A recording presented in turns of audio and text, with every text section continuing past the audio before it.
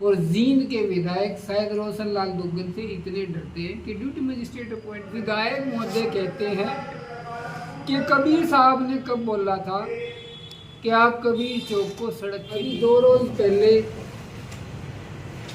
जींद जागरण में खबर छपी हुई थी कि ड्यूटी मजिस्ट्रेट की निगरानी में कबीर चौक का निर्माण शुरू किया गया। इन शब्दों का अर्थ बड़ा स्पष्ट है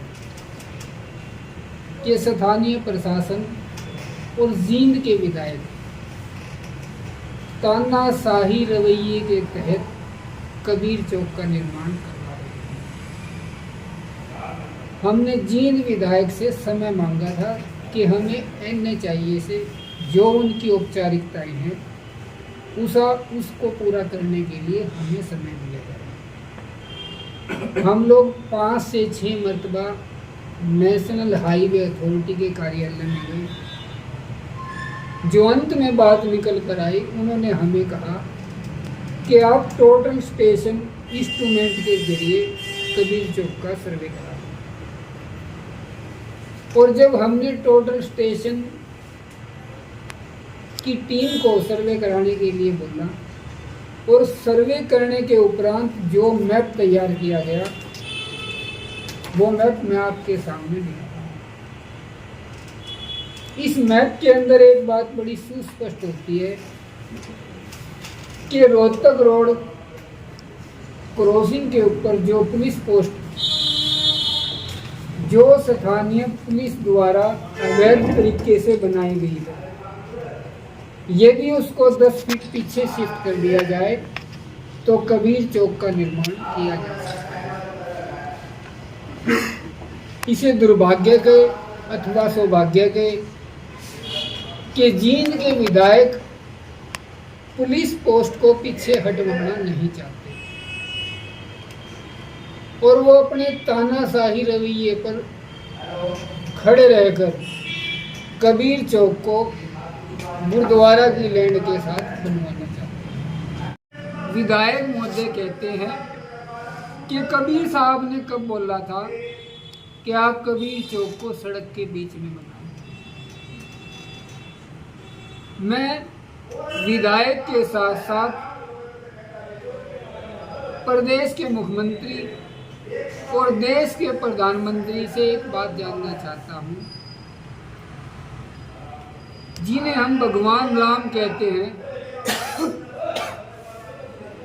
जिन्हें हम भगवान राम कहते हैं या उनके वंशज प्रधानमंत्री जी की बही में अथवा जींद विधायक की बही में कब लिख कर गए थे कि राम मंदिर अयोध्या में ही अरबों रुपए का बनाना चाहिए। बताइए कब लिख कर गए। ये जो आरोप प्रत्यारोप का दौर विधायक ने शुरू कर रखा है, ये केवल और केवल उनकी तुच्छ जातिवादी मानसिकता को प्रदर्शित करता है।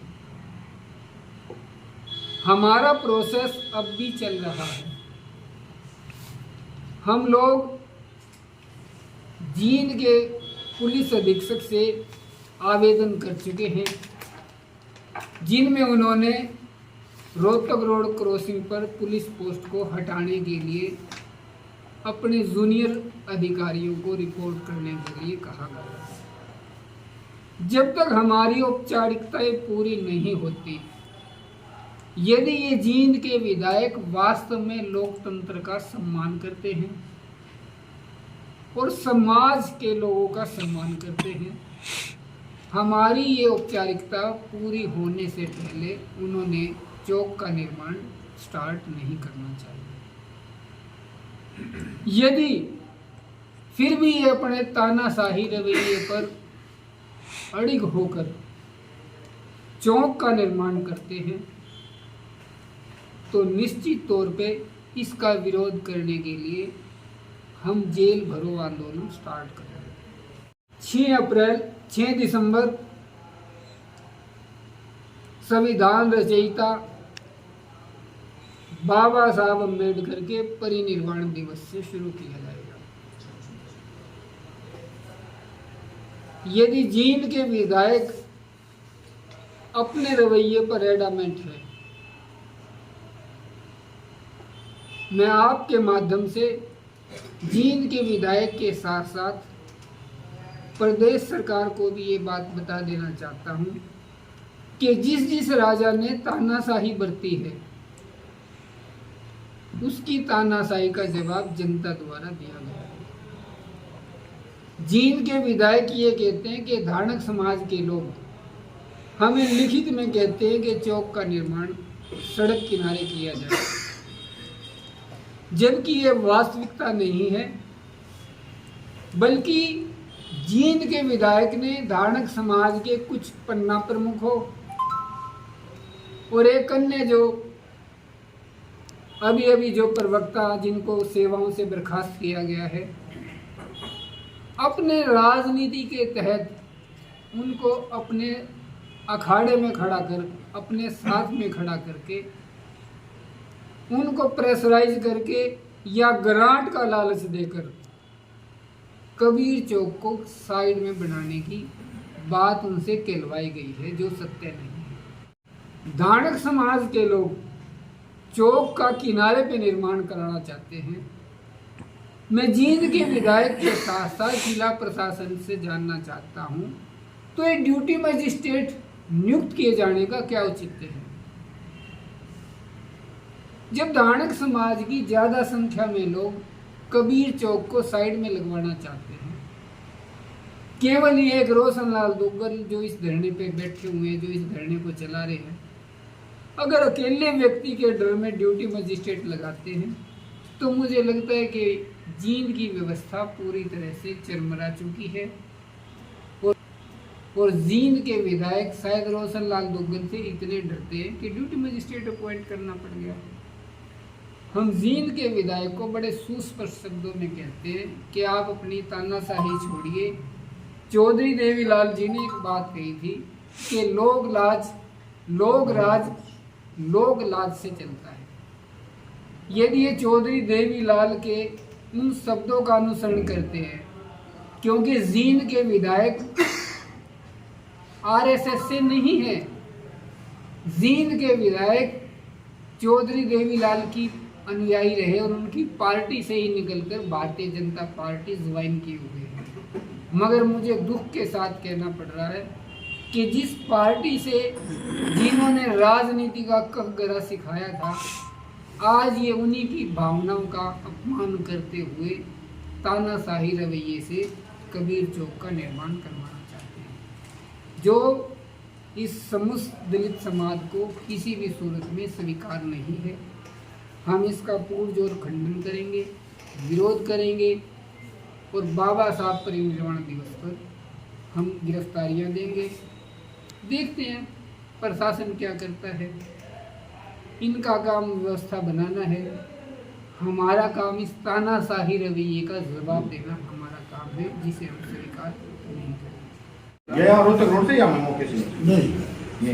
देखिए 6 दिसंबर को हमारा एक जत्था कंधे पर काले झंडे लेकर उस निर्माण को देखने के लिए जाएगा। 6 दिसंबर। देखिए, हम उनसे यदि मुख्यमंत्री लोकतंत्र में विश्वास करते हैं, मुख्यमंत्री ने अपने चेहतों को भेजकर धरनारत लोगों को बातचीत के लिए आमंत्रित करना चाहिए। और यदि मुख्यमंत्री लोकतंत्र में विश्वास नहीं करते तो वो उस जनसभा को संबोधित करके वापस जा सकते हैं।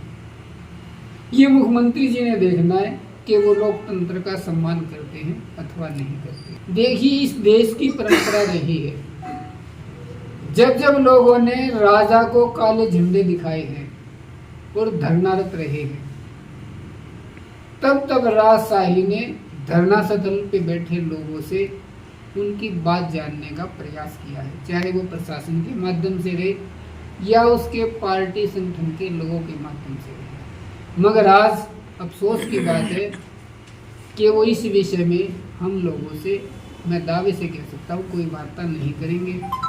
हम आपके माध्यम से ये अपील भी करते हैं कि यदि मुख्यमंत्री जी हमें बातचीत के लिए आमंत्रित करते हैं या जींद प्रशासन भी हमें बातचीत के लिए राजी करता है और हमें समय मिलता है, हम मुख्यमंत्री से बात अवश्य करेंगे, क्योंकि जींद के विधायक केवल जींद के विधायक है, ना कि इस प्रदेश के मुख्यमंत्री है। हम मुख्यमंत्री से मिलना चाहेंगे। यदि मुख्यमंत्री से बातचीत के जरिए कोई बढ़िया रास्ता निकलता है, हम उसका स्वागत करेंगे। हर खबर का मतलब ब्रेकिंग न्यूज नहीं, हर बहस का मतलब हंगामा नहीं। हरियाणा की सारी खबरें केवल हरियाणा बुलेटिन पर, सीधी बात, नो बकवास।